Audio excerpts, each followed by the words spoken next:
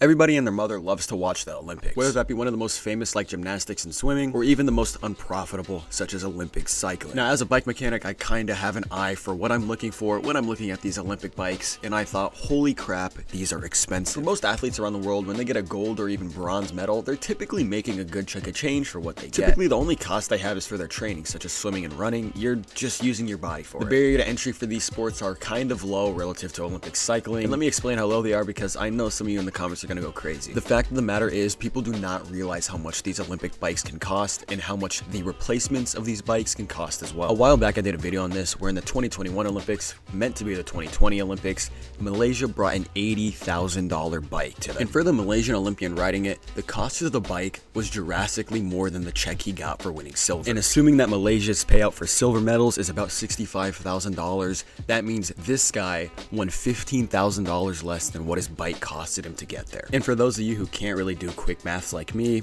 his bike costed him about $80,000. Now, yes, there is such thing as sponsorships and all of that, but even then, the whole sport of Olympic cycling is massively unprofitable to the rider, and even the team for that matter. Now, taking this to a more recent year, let's talk about Remco Evenepoel. And yes, I don't know if I'm saying this right, please feel free to just hate on me in the comments. But if you guys do not know who this is essentially the rider with the most fire pick of the Olympics. It's him winning gold by a mile, just standing at the finish line with a bike in front of him and the Eiffel Tower behind him. Throughout his time in the Olympics, Remco won about 2 Olympic gold medals, which gave him a payout at about roughly 100,000 pounds, which for all you cheeseburger eating people out there, that's roughly about $132,000. For Olympic road cycling, the bikes typically cost way less than track cycling, his being, if I were to guess, roughly around $17,000. Now, is this bike worth it? We could open up a whole can of worm with this. No, it's just a lot of taxing and R&D and just consumer markup.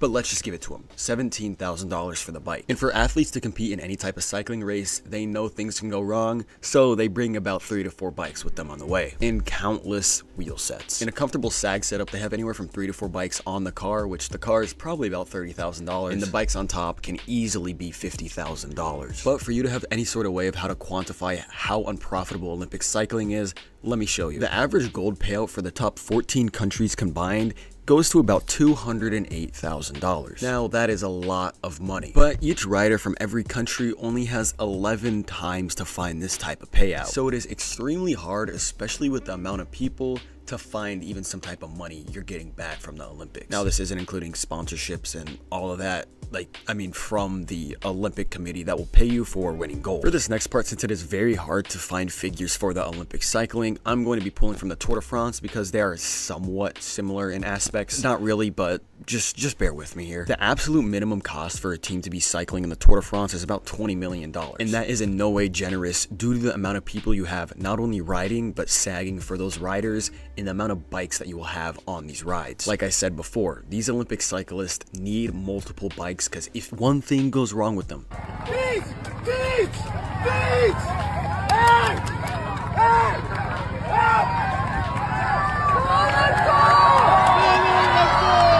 such as getting a flat tire, they need a quick change out. And they need anywhere from 3 to 5 people in each car helping them to get along the way and moving again, because winning is what matters. I understand there's a lot of money in sponsorships, but even if you were to make every single gold you could possibly make in the Olympics and get paid about $768,000 per gold medal, which if you don't know is what Hong Kong pays its athletes for each gold medal that they get, they are the top payout for the Olympics across the board. You will still be in the hole about $12 million. Now, if that is not unprofitable as crap, I don't know what is. And I know some of you avid cyclists in the comments are going to be like, what about sponsorships? And for that, I challenge you to find out how much money at least one of these Olympic athletes is making down to the T within sponsorship money. You simply cannot find it because a lot of it is behind NDAs and it's kind of hard to get. But nonetheless, on the low end, these teams are having to come up with around $13 million to remain profitable in the Olympics, which is 100% achievable.